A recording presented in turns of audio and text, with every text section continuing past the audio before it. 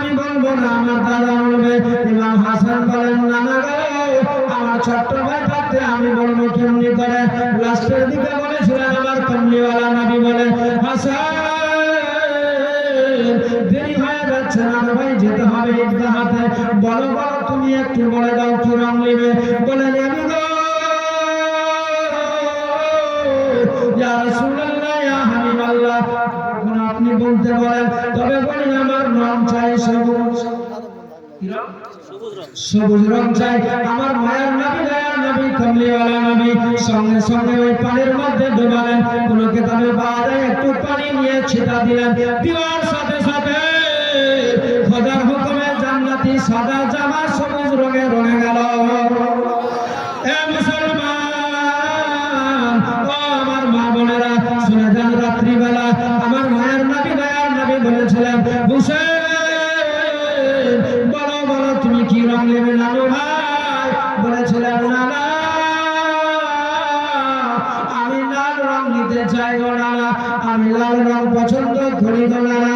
আমার কমলিওয়ালা নবী পানি ছিটা দিলেন, দেওয়ার সাথে সাথে সবুজ সাদা রঙের পাগড়ি পায়জামা পাঞ্জাবি সঙ্গে সঙ্গে পানি ছিটা দেওয়ার কারণে সাথে সাথে ওই সাদা জামা লালে লাল হয়ে গেল। নবী আমার নানু ভাইকে পরাতে লেগে গেলেন, পরিধান করাচ্ছেন কাপড়গুলোকে।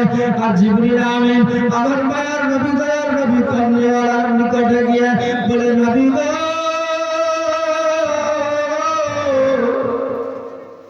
ইয়া রাসূলুল্লাহ ইয়া হাবিবাল্লাহ, নবী গো আজকে যে আপনার নামাজেরা যে রঙগুলো পছন্দ করেছে জানেন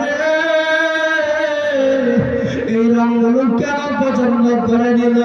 আমার নবী বলে, বলো বলো জিবরিল কি বলতে চাও তুমি?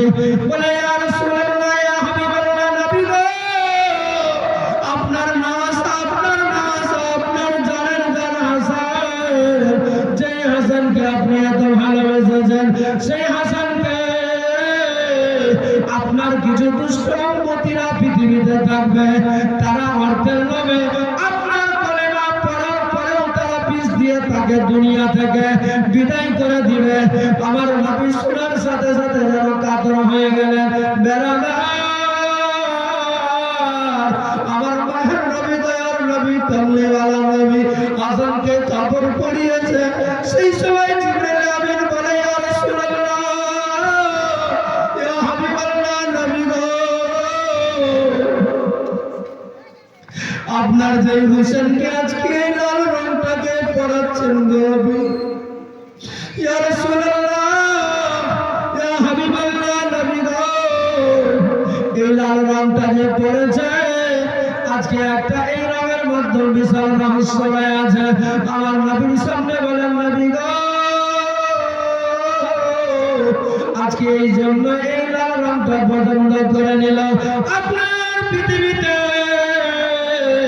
আপনার উম্মত উম্মতিরা থাকবে, তারাও কলমা পড়বে, তারাও নামাজ আদায় করবে, তারাও সবকিছু করবে, তাদের দিকেও নামাজ হবে, আযান হবে, তারাও আপনার কলমা পড়বে, তারাও কলমা পড়বে, তারাও কোরআন তেলাওয়াত করবে।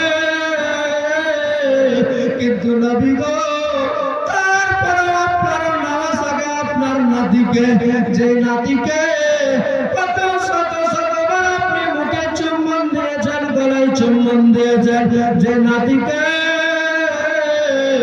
আপনি নামাজের হালাতে কাঁধে নিয়েছেন, আপনি ওই নামাজের জন্য সিজদাকে লম্বা করে দিয়েছেন, ৭২ বার পাঠ করতে হয়েছে।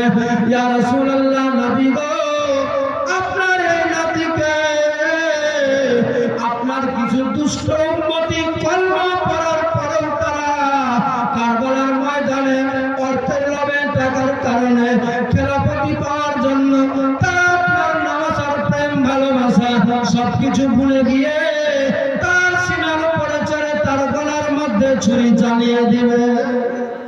নবী গো তার উপরে বর্ষা চালাবে, বন্ধন চালাবে, নেজা চালাবে, তীর অস্ত্র দিয়ে ৭২খানা তীর লেগে যাবে। ইয়া রাসূলুল্লাহ আপনার নামাজ দুটোকে এইভাবে সাজা দিবে তারা। আমার নবীর চোখ দিয়ে